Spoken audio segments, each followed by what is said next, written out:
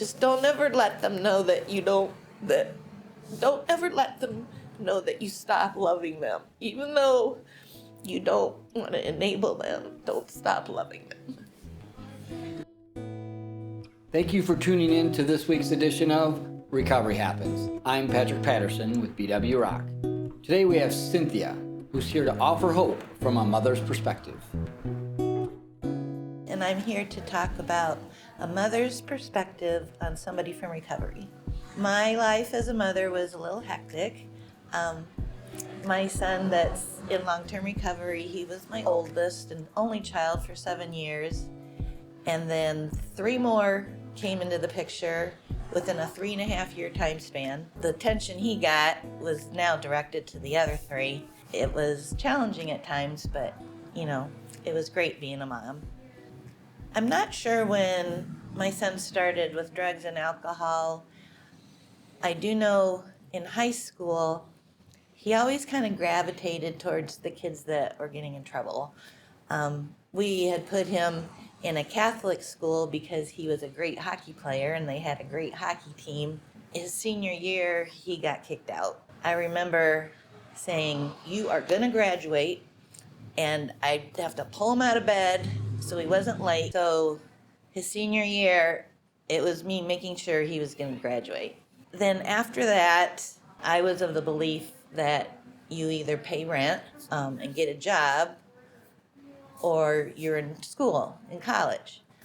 And he didn't want to do either one, so I asked him to move out. And that's when he got in with the wrong crowd. The first time I heard that he was into drugs and alcohol was at his brother's high school graduation, and he told me that he had gotten, I don't know if he got a ticket or got arrested. I mean, it didn't make sense to me. I was just having trouble understanding what he was trying to tell me. And so he probably was about maybe 25 at that time.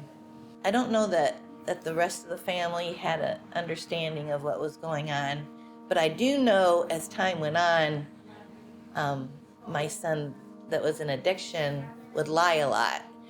And over time, my other children would get angry and say, you can't trust what he says. And they would feel like, why would he lie to me? That whole concept of betrayal. He was just kind of away from the family. He lived with his girlfriend and their parents. And then my son eventually got into heroin. So my son's addiction to drugs and alcohol affected me, first just trying to understand it. I went to different classes and learned that you don't want to enable, while at the same time, you don't want to see them fail. You want to help them. So I kind of put up a wall so that I wouldn't have to feel that I loved him. It was hard.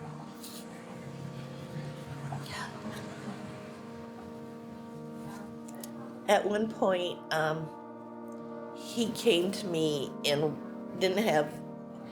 asked if he could live with me. And I told him he could. We would try it out.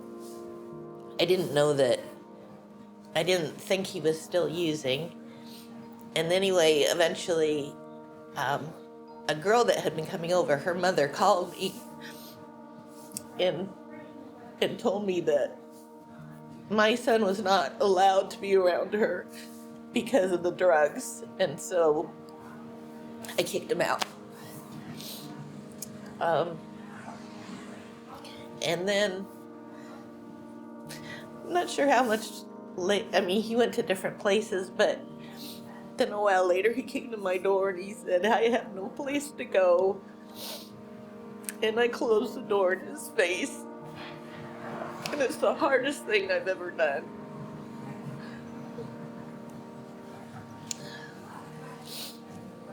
I think the only way I was able to get through it is because at the time I was married to somebody that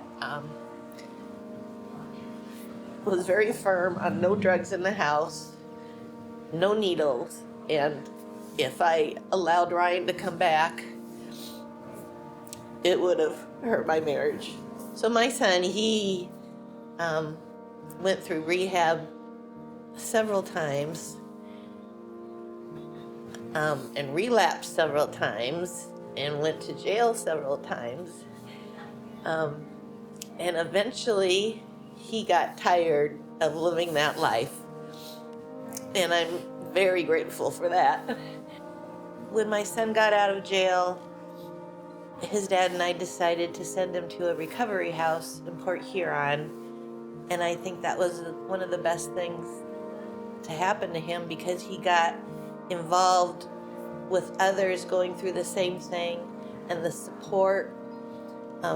He was on a tether at first, but yet somehow he had to figure out a way to work and pay his rent and everything else. And the resources were just amazing that he was provided to get through all that and work through all that. And the community and BW Rock, of course, has played a big part in his life. And I'm just grateful that he found that. I would like people to know that just never give up, because, wow, for someone to be addicted to heroin, I was always told, you'll never get off of that. And here, he did, and I know others that have, and it just requires prayers, and just don't ever let them know that don't ever let them know that you stop loving them. Even though you don't want to enable them, don't stop loving them. Thank you for tuning in to this week's edition of Recovery Happens. If you or someone you know is struggling with addiction, please give us a call at 888-68-BW-ROCK.